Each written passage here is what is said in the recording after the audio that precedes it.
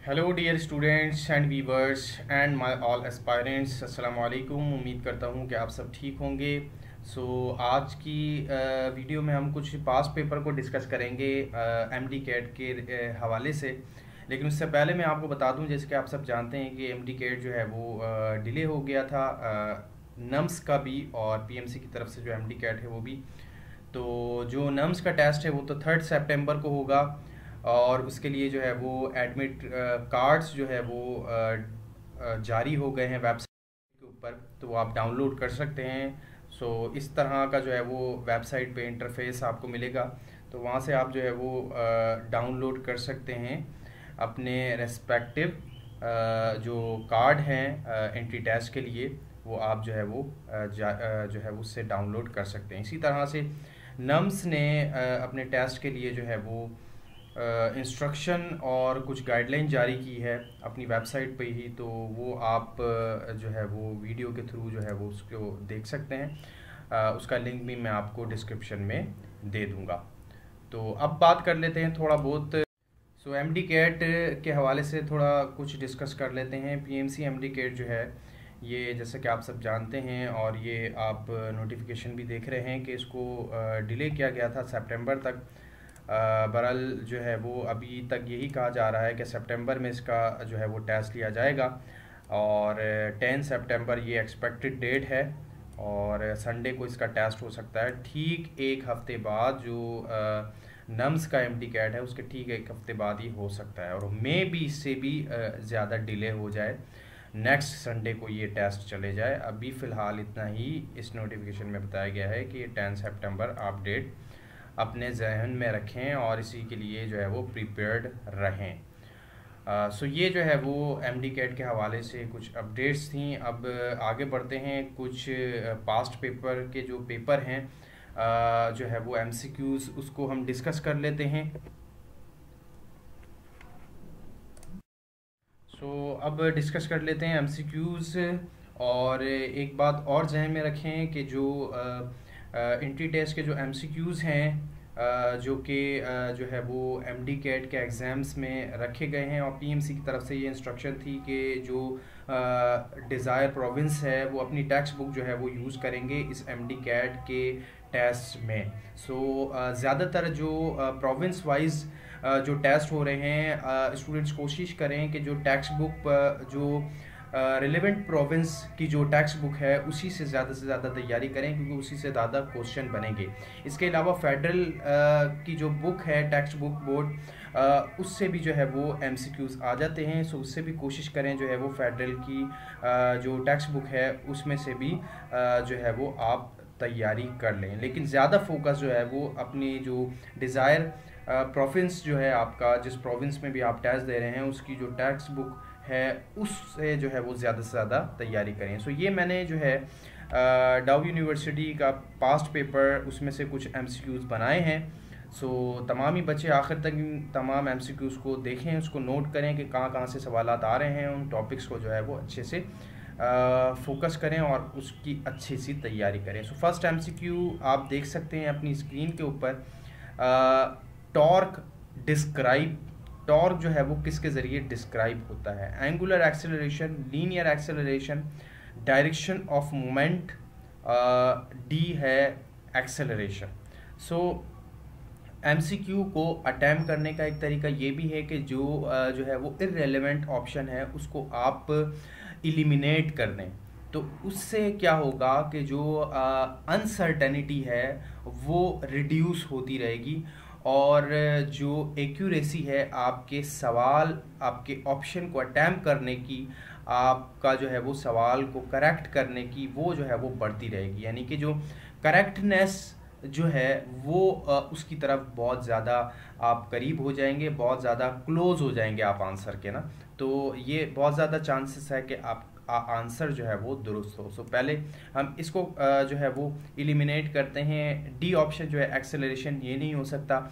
इसी तरह से डायरेक्शन ऑफ मूवमेंट, इससे भी हम जो है वो उसको डिस्क्राइब नहीं कर सकते, सिर्फ डायरेक्शन से डिस्क्राइब नहीं कर सकते। इसी तरह से लीनियर एक्सेलरेशन जो है इससे भी हम डिस्क्राइब नहीं कर सकते। एंगुलर एक्सेलरेशन जो है इससे हम डिस्क्राइब कर सकते हैं, क्योंकि जो एंगुलर एक्सेलरेशन की जो डायरेक्शन होती है वो ही टॉर्क की डायरेक्शन होती है। So option A is correct. Now next MCQ आप देख सकते हैं, a radioactive element will not emits. Radioactive element क्या इमिट नहीं करता? Electron, proton, beta particle, helium. So radioactive element जो है ये इसमें से इमिशन होती है, हीलियम की भी इमिशन होती है। हीलियम जो है ये अल्फ़ा पार्टिकल है हमारे पास, अल्फ़ा, ये हमारे पास अल्फ़ा पार्टिकल है।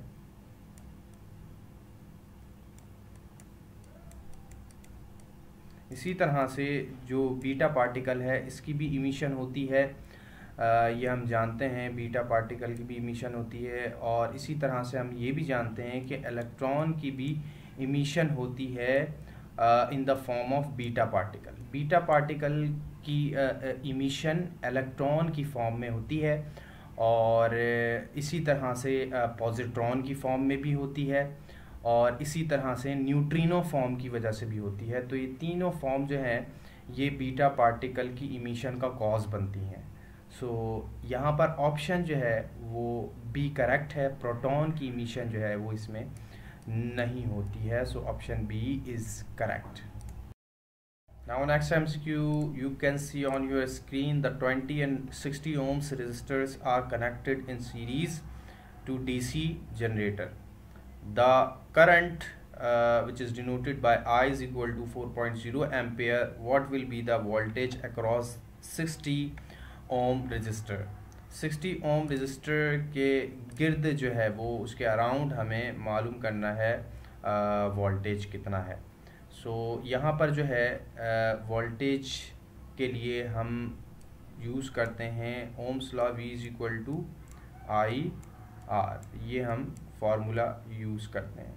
अब जैसे कि हम सब जानते हैं कि ये दो रेजिस्टर जो है, ये रेजिस्टर 1 और इसी तरह से ये रेजिस्टर 2, ये सीरीज़ के अंदर कनेक्ट हैं। ठीक है, यहाँ पे अगर सीरीज़ सर्किट बना लें तो ये आप देख सकते हैं ये सीरीज़ में कनेक्ट हैं, और ये हो गया हमारे पास R1 और ये हो गया हमारे पास R2।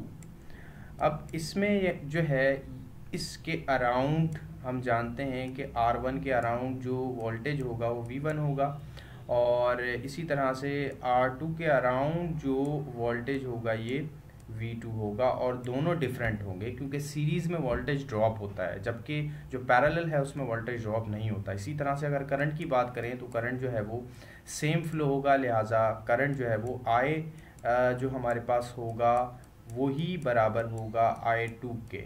ठीक है, करंट जो है वो सेम फ्लो होगा और वोल्टेज जो है वो ड्रॉप होंगे। सो ये हमारे पास इक्वेशन अगर V1 I1 R1 की बनाएं और हमें मालूम करना है जो 60 ओम रजिस्टर है यानी कि R2 के अराउंड, सो उसके लिए हम ये इक्वेशन को थोड़ा सा चेंज कर देते हैं। V2 is equal to I2 और R2, इसको हम इस तरह से कर लेते हैं। सो अब यहाँ पर हमने वोल्टेज मालूम करना है V2, और ये हमारे पास करंट की वैल्यू जो है ये हम जानते हैं कि सेम फ्लो कर रहा है। सो इसकी वैल्यू है हमारे पास 4.0। सो 4.0 मल्टीप्लाई, यहाँ पे R2 जो है वो 60 है, 60 से हम मल्टीप्लाई करवा देते हैं इसको, तो ये हो जाएगा 240। सो ऑप्शन सी करेक्ट है, और जो है वो 240 वोल्ट। नेक्स्ट MCQ आप देख सकते हैं, the cross product of vector A with itself is equal to. So cross product हम एक वेक्टर का बनाएं और वो इस तरह से बनेगा A क्रॉस A। ठीक है, ये हमारे पास एक वेक्टर का विद इटसेल्फ जो है वो क्रॉस प्रोडक्ट बन जाएगा, जो कि बराबर होगा A स्क्वायर और साइन थीटा। ठीक है, लेकिन यहाँ पर जो एंगल आएगा, ठीक है, जो थीटा आएगा वो कितना आएगा आप गैस कर सकते हैं। यहाँ पे जो एंगल आएगा वो आएगा ज़ीरो। ज़ीरो क्यों आएगा? क्योंकि एक ही वेक्टर है, उसके सेल्फ में हमने बताना है कि वो उसके सेल्फ वेक्टर जो है वो परपेंडिकुलर है उसके, या जो है वो क्रॉस प्रोडक्ट बना रहा है तो उसमें जो है वो परपेंडिकुलर होता है, लेकिन जो एंगल आएगा वो एंगल ज़ीरो आएगा। तो क्रॉस प्रोडक्ट तो हम इस तरह से लिखते हैं, cross a square sine theta ही लिखेंगे, लेकिन जो एंगल आएगा वो ज़ीरो आएगा। So a square sine zero, और साइन ज़ीरो किसके बराबर होता है, ज़ीरो के बराबर होता है। ऑब्वियसली पूरी वैल्यू जो है वो ज़ीरो हो जाएगी, तो ए क्रॉस ए किसके बराबर हो गया, ज़ीरो के बराबर हो गया। Option D is correct. Next MCQ आप देख सकते हैं, Lenz law is accordance with the law of conservation of.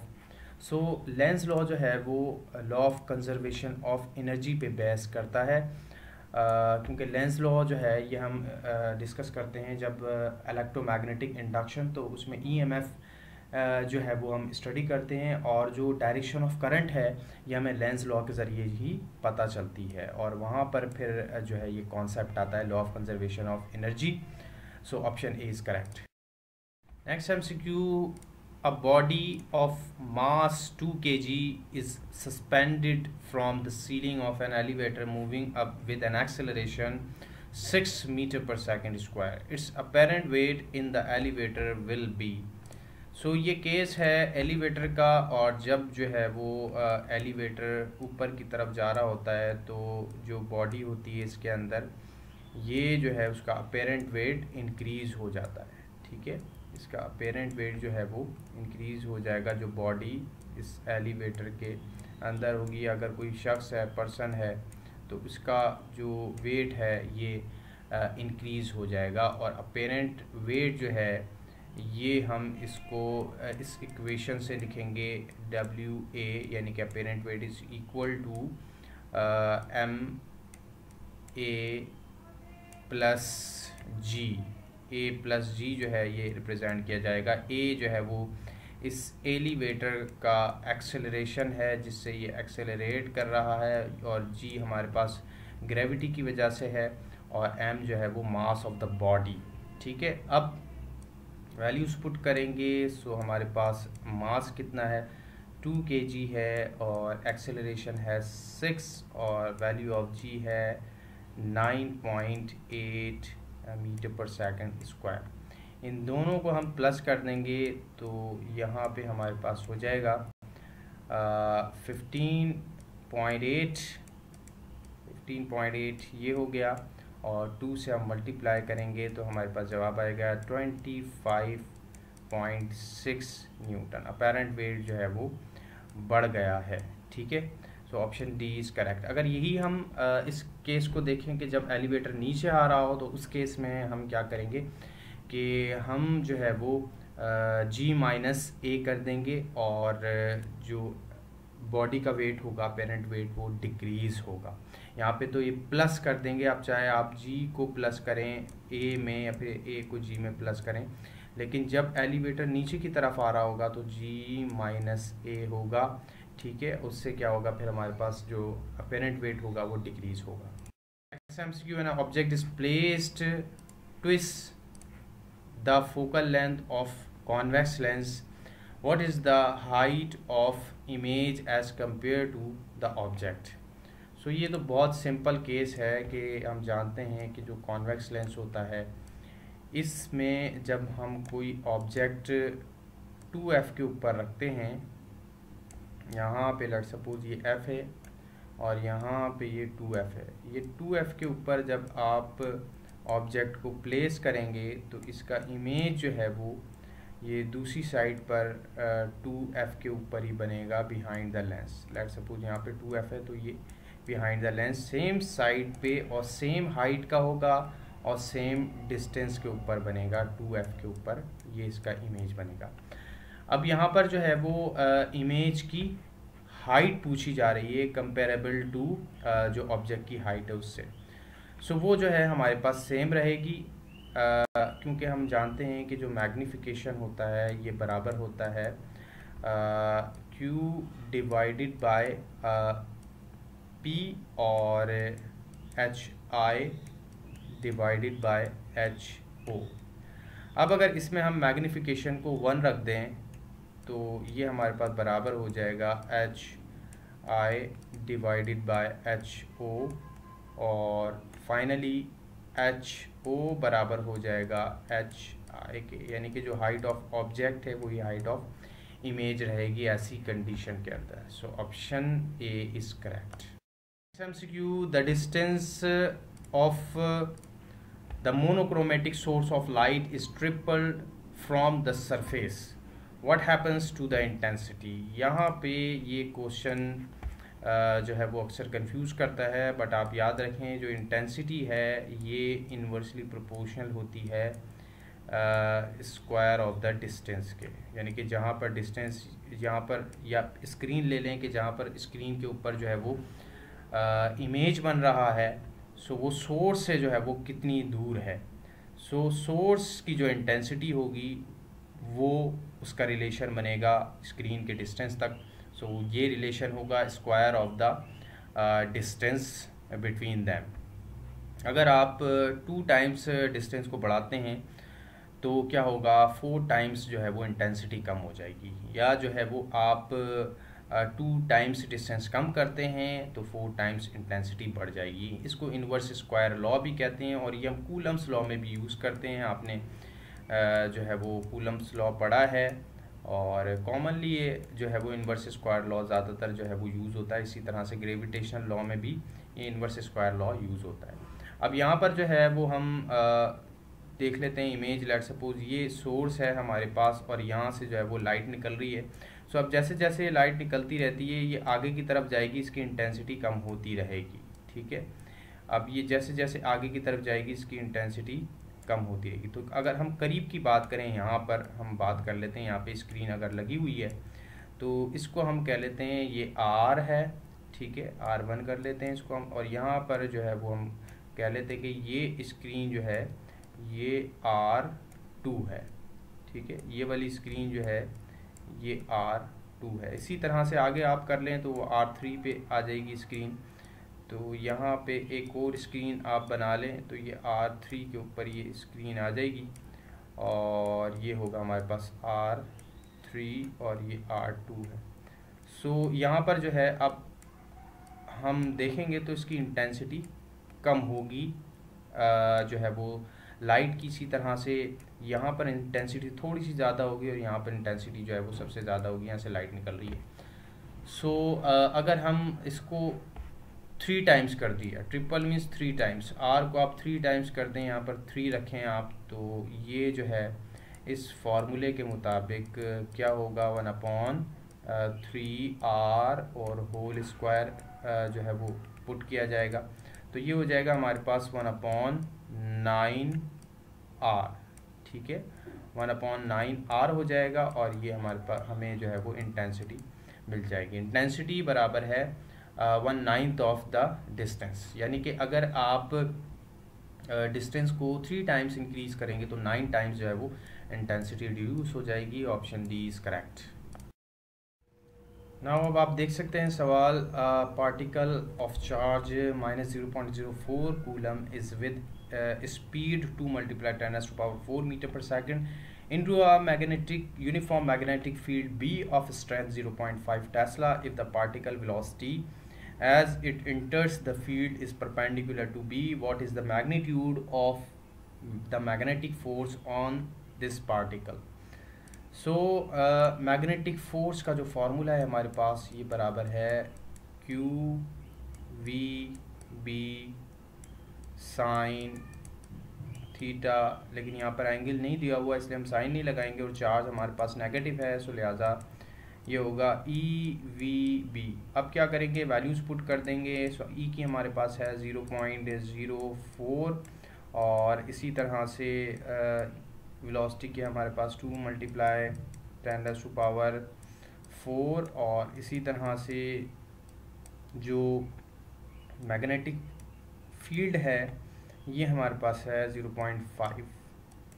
अब हमने क्या करना है कि अगर आप चाहें तो वैसे ही कैलकुलेट कर लें, लेकिन अगर हमने विदाउट कैलकुलेटर जो है वो उसको कैलकुलेट करना है तो पहले तमाम ही वैल्यूज़ को आप स्टैंडर्ड फॉर्म या फिर साइंटिफिक नोटेशन में कन्वर्ट कर लें। ये जो है हमारे पास बराबर हो जाएगी वैल्यू, ये 4 × 10⁻⁴ -2, ठीक है। फर्स्ट वैल्यू 0.04, ये 10⁻⁴ 4 मल्टीप्लाई 10⁻⁻² हो गई। इसी तरह से 2 मल्टीप्लाई 10⁻⁴ वेलोसिटी हो गई, और इसको आप जो है वो स्टैंडर्ड फॉर्म में लिखेंगे। सो 5 मल्टीप्लाई 10⁻⁻1। अब आप आपस में मल्टीप्लाई कर लें तो ये हो जाएगा हमारे पास 40, और बेस 10 जो है ये पावर एक साथ आप लिख लें तो ये हो जाएगा -2 + 4 और -1। अब आप इसको कैलकुलेट करेंगे और आगे सिंप्लीफाई करेंगे तो ये हो जाएगा हमारे पास बेस 10 जो ये है पावर, ये 10⁻1 हमारे पास बचेगा, और 10⁻1 जो है ये 10 के बराबर होता है। तो 40 को जो है वो हम 10 से मल्टीप्लाई करेंगे, सो आंसर आएगा 400 newton. So option C is correct.